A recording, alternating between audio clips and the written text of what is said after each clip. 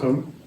This is the Yoga Nook with Robbie. I'm Robbie Estiwilik, and today we're going to go through a short sequence of poses that is designed primarily to help with issues of the lower part of the legs, concerns or conditions like shin splints, plantar fascitis, circulation issues to the lower extremities, and even just general tension through the calves, the hamstrings, the quads, the hips, the hip flexors, even the lower back.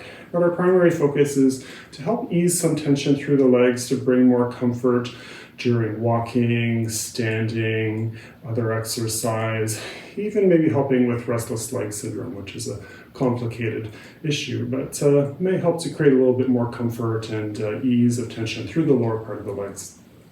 A couple things you might want to have on hand. A blanket might come in handy. I like to have a blanket underneath my pelvis for a lot of poses when we're on our back. A yoga strap or a fitness band or a fitness tube can be helpful for certainly the first exercise we're going to do. If you have a yoga bolster or two at home, great. If you don't have that, throw cushion or even a towel folded up to about 3 or 4 inches of thickness can be helpful for some of the poses that we're going to do. And you may, if you have a yoga block, you may wish to have that for our last pose, or even if you don't have a yoga block, sometimes a thick textbook or a couple textbooks can come in handy. So we're going to start with a dynamic stretch that I've coined seaweed stretch. We're going to lie on our backs for this. So again, you may want to spread out a blanket, sort of mid-mat level. And we're going to come onto our backs. We're going to take our strap or fitness tube. And we're going to keep one knee bent. And we're going to lengthen our other leg. So drawing it into the chest and then placing the strap around the ball of the foot or the arch of the foot. We're going to lengthen that leg up toward the ceiling. You don't have to have a perfectly straight knee. You can have a little bit of a bend in the ankle, and with your foot on the floor, really want to just have a comfortable bend through the knee and the ankle there. This is just an intuitive, dynamic movement to release generally through the whole lower extremity. You can see I'm starting with some circular motion, some circumduction at the hip. Just moving slowly, starting modestly, small circles. You can go in any direction. You can reverse your direction. You can explore any movement that's feeling right for you. A little figure of 8 motion. Again, starting very modestly. And paying attention to the sensation you're feeling throughout the leg. You want to keep it comfortable, a nice, easy, balanced tension, a comfortable stretch sensation as we're moving through this exercise. Now, as we progress, we're going to move the arms, controlling the tension of the leg. You can let go a little bit through the leg to, again, keep it comfortable through the knee and the ankle. Really moving the heel, the knee, in any direction that feels comfortable. We're exploring all the parameters of movement of the hip. So flexion, knee to chest. You can play with extension, letting that foot get away from you a little bit towards the floor. Adduction, adduction, crossing the midline. Abduction, away from the midline. You can play with rotation, external rotation, bringing the heel towards your opposite knee. Internal rotation, bringing your heel opposite the bent knee. And again, just random, slow, intuitive movements for about 2 minutes on each side. If you find a position that feels, ooh, that's a delightful stretch, you can really just keep that position and just breathe through it. Inhaling, maybe attending to any changes in tension with your in-breath, sometimes a slight increase in tension as we're holding, and exhale, concentrating on a release of tension, just having the intention of release of tension if you're in a holding position. If you feel Again, intuitively, you want to resume movement. You can do that at any time. You can keep this going for quite a few minutes if it's really enjoyable for you.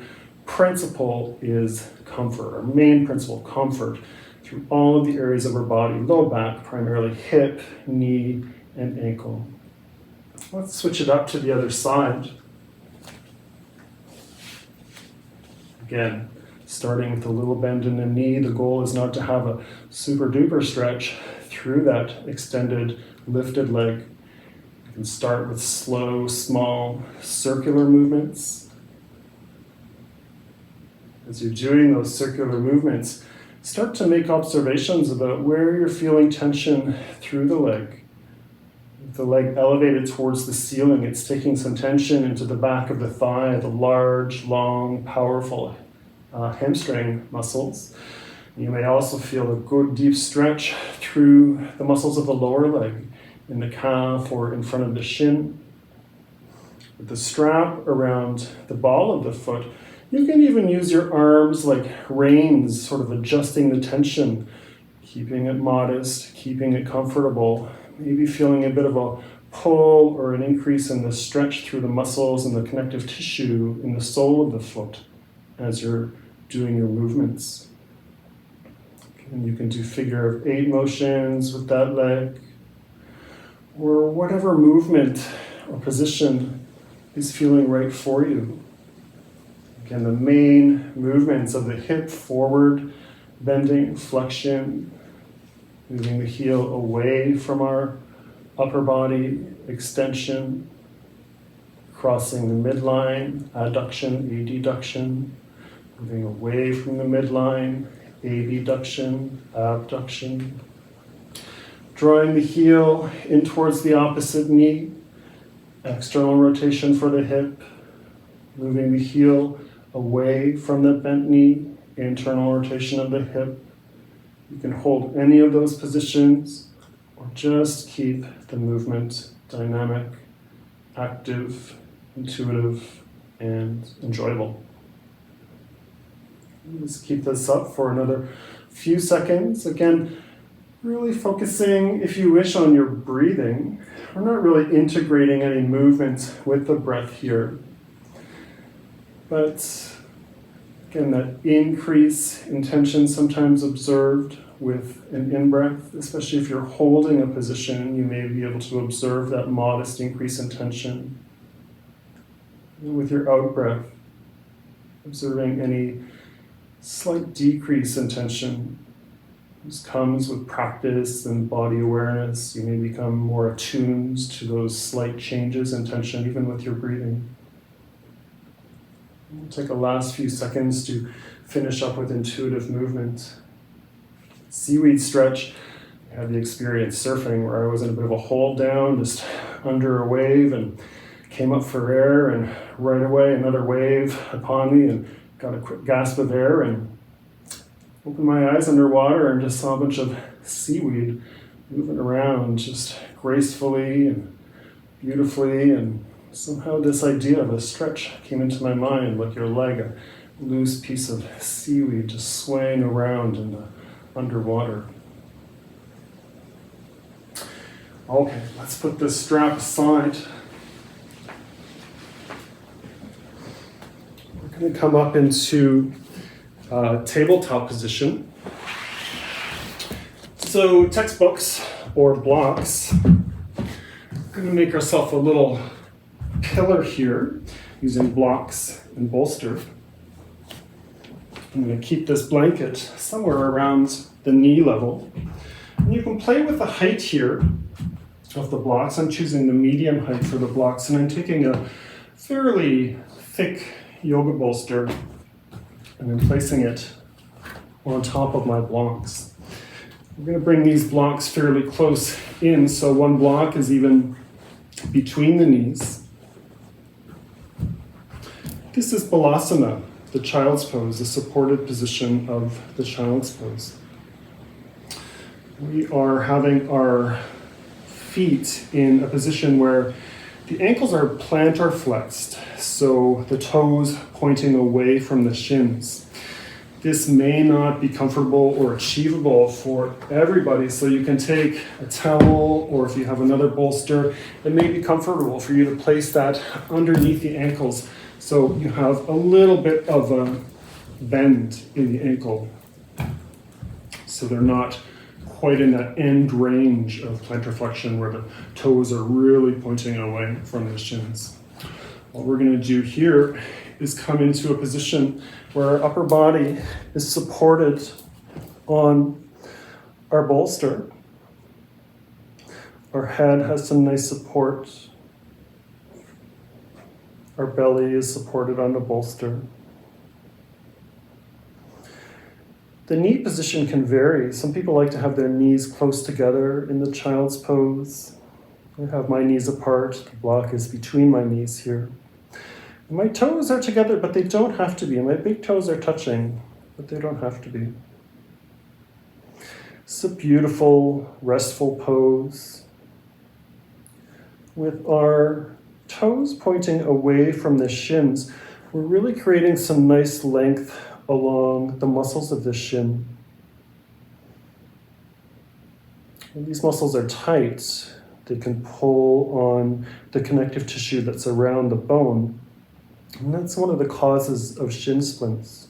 There can be stress fractures in the bones as well that contribute to that type of pain, but sometimes it's just a function or an outcome of muscular tension where the muscles are so tight that they're pulling on that connective tissue around the bone, the periosteum, which is a dense connective tissue that's well supplied with little nerve endings called nociceptors that when they're activated by tension or pressure of a significant nature, those nerve endings fire and your body feels that as pain. So one strategy, if there's some musculoskeletal component, a muscular component to shin splints, is simply to stretch it out, and this can be a nice option for that. If you are not able to tolerate this position, you can come onto your back and draw your knees in towards your chest. You can even have a strap around the top of the feet, so you're achieving that same position of the toes kind of moving away from the shins. But again, a blanket under the knees may be helpful. You can also reduce the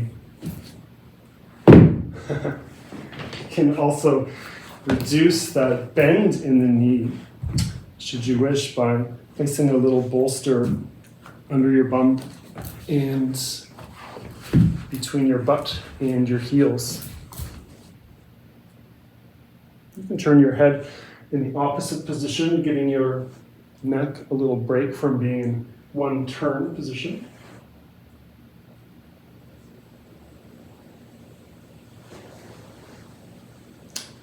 And with our belly having the nice support and our chest making contact with the bolster, this is a nice time to connect with your breathing. I keep on mentioning that, but it's a good anchor to draw your attention away from thoughts of the future or thoughts of the past that don't necessarily support us in the moment. Bringing your attention to the rhythm of your breathing, sensations of your body as you're breathing, the pressure of your body making contact with your supports as you're breathing, the sounds, the temperature of the air entering and leaving through your nose or your mouth as you're breathing. All of these are anchoring points to help calm your mind and get you a little bit more into your body. Again, another restful, restorative, delightful pose, child's pose, Balasana. You can keep your eyes open or closed. You can hold this for as long as you like, even 5-10 minutes. We're going to come out of this position by taking some weight into the arms, moving the chest and the belly away from the bolster. We'll remove our blocks,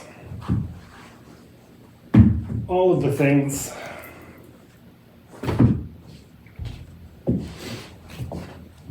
And we're going to move into a stretch for the the backs of the legs. Janu Sirsasana, the head to knee stretch, which I'm not a big fan of that name. Our goal is not necessarily to bring the head to the knee. If you're tight through the hamstrings, you do a lot of walking and running, or just generally tight through the hamstrings, sometimes it's helpful to have a bolster underneath the pelvis. Just leverages your body in a different way where you can have greater comfort in the pose. We'll take our right leg and we'll bend it at the knee. So the sole of the foot either coming to the calf, you can have it at the knee, or you can draw the heel right up into the inner thigh so that the sole of the foot is resting at the inner thigh. Really, the position of the foot will depend on the comfort level you have through the knee. And then we'll take our strap and we'll place it around the ball of the foot or the arch of the foot. And again, we'll use the arms. You can wrap your strap or your fitness tube, fitness band around your hands so you don't have to grip so tightly, but we want to have the toes pointing up toward the ceiling, drawing the top of the foot in toward the shin. So, Janu Sirsasana, the head to knee stretch. Really, we're thinking more about drawing the chest down towards that extended, lengthened leg. Not so much about arching the back to bring the head down to the knee. That's not important. That can be a little aggravating for the lower back if you have a history of disc herniation, slip discs, or even just a little muscular tension or strain through the lower back. So we begin with a nice in-breath, lengthening the spine up toward the ceiling, and with an out-breath, simply hinging forward at the hips slowly. And I like to build this pose with my out-breaths. So when I inhale, I just pause, and if I feel it's appropriate with my out-breath, I do a little bit more of a hinge at the hips. A little rounding in the lower back is okay. Again, we want to think about leading with the chest, leading with the breastbone, moving down towards the mat, toward that extended leg. If you're having a lot of shaking happening in the knee, you're having a lot of tension or discomfort through the backs of the legs or anywhere else in your body, you're going to come up a little bit out of the pose, feeling that tension and release through those tightened or over-tightened areas. But to your comfort, respecting your limitations, exploring slowly and gently. If you like with your out-breaths, or just intuitively moving as far as is appropriate for you. Chest leading down towards that extended leg. This can be a particularly helpful pose for shin splints, calf tension, plantar fascitis, even circulation issues as we bring the ankle into that bent position, drawing the toes toward the shin. This creates a bit of an opening of the two bones in the lower part of the leg. The ankle joint, the talocrural joint, or the mortise joint, has a big dome. When you bend, bringing that foot towards the shin of that extended leg, it creates a bit of a separation at that lower part of the leg. It just opens up some of the deep tissues through the leg. There's a connective tissue between those two bones, the intraosseous membrane, and that serves as an attachment site for a lot of muscles in the lower part of the leg. Doing this position creates a subtle but effective stretch of that tissue, kind of opens it transversely or horizontally, getting a nice opening through the entire length of that intraosseous membrane. It really goes from the ankle all the way up close to the knee. So it helps to release the tension in that lower part of the leg because we're stretching out the intraosseous membrane, but also this position is creating a longitudinal stretch, a lengthwise stretch in the muscles of the leg. When you're ready to come out of the pose, inhaling, chest coming away from that lengthened leg, and we'll switch up to the other side. Again, our bent leg, the left leg, anywhere along the length of the right leg, at the calf at the knee, or the heel right up in toward the inner thigh.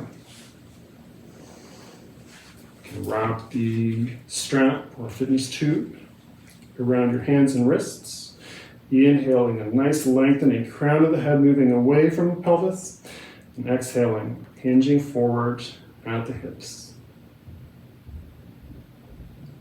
Really feeling a tension developing through the hamstrings and the back of the thigh, through the calf muscles. You may feel it in the side of the lower part of the leg, or even in the front of the lower part of the leg.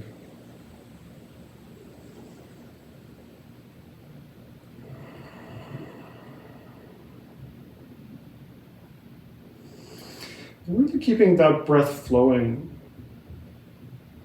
In these poses where we're more grounded and stable and we're not having to focus so much on strength or balance, it gives us an opportunity to really tune into the bodily sensation of the stretch. And we want to keep that a fairly comfortable, easy, balanced tension. By easy, I don't mean that you're not feeling anything. You're going to feel, obviously, a pulling sensation is what you're going for. But if it's too intense and you're having a lot of pain, that can be counterproductive. You can't really stretch a muscle at the same time as it's contracting. And if you are trying to do too much of a stretch, too intense of a stretch, it activates a mechanism, the stretch reflex, where your body starts to contract. And again, you're not able to stretch a muscle effectively if your body is trying to contract. The contraction happens because your body is able to recognize, oh, something's happening here, maybe a little bit of an overstretch, and we just want to keep it modest, easy, comfortable, so that we're not activating that stretch reflex and we're getting the most out of our time and our energy.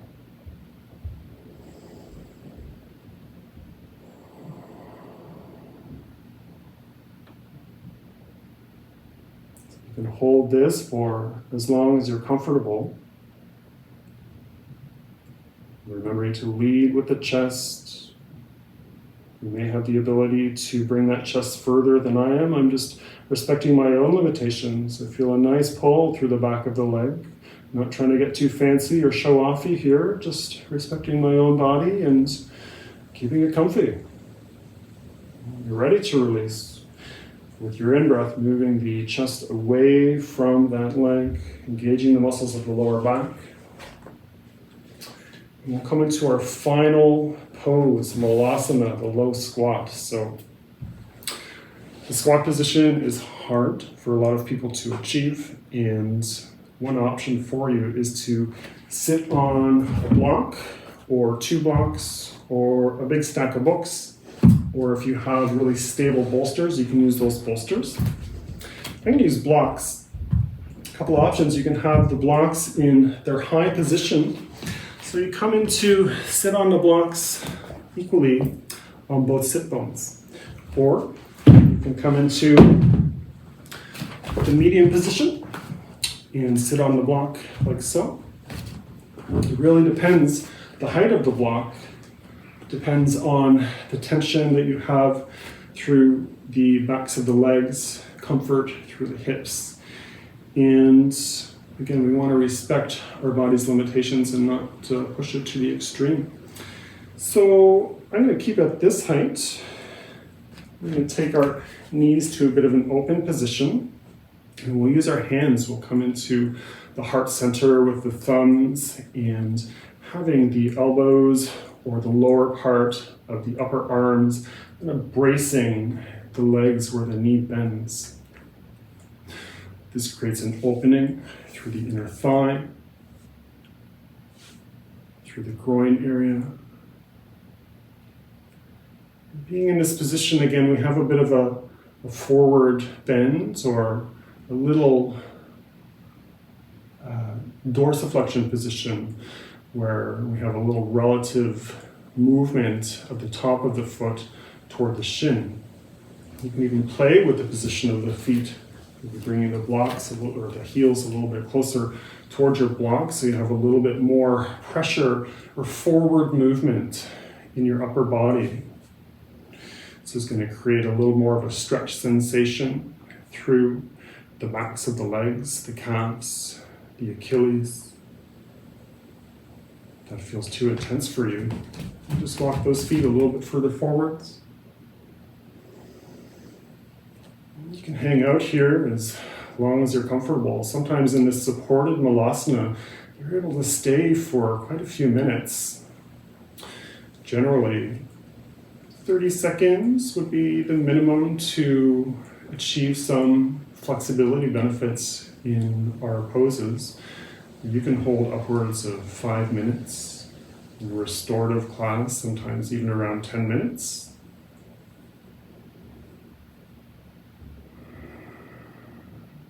If you start to feel a decrease in tension in those areas where you're feeling a stretch, it may be time to come out of your pose. You may not really achieve any more benefits once you start to feel a real ease and tension, or again, you can adjust your position, maybe bring the heels a little bit closer towards the block in this position. If you want to have a nice lengthening through the back body, you can just let the crown of the head lower down slowly, feeling that tension developing. Maybe you're hitting certain areas of tension in through the lower back or the rib cage, or as the crown of the head moves down toward the floor, feeling some lengthening through the back of the neck.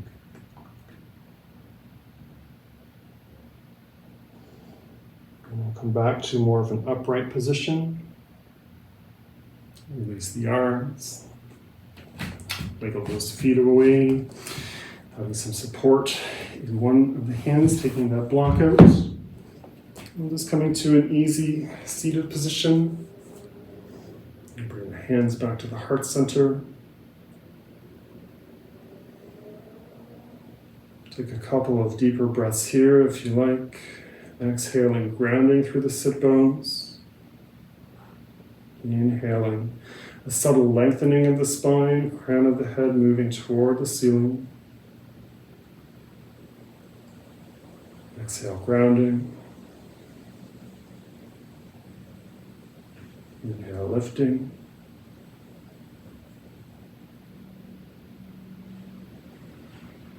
Just thanking yourself for taking a few moments to do a little healing practice for your body. Thank you for joining me on this warm fall day in Sackville, New Brunswick. Namaste.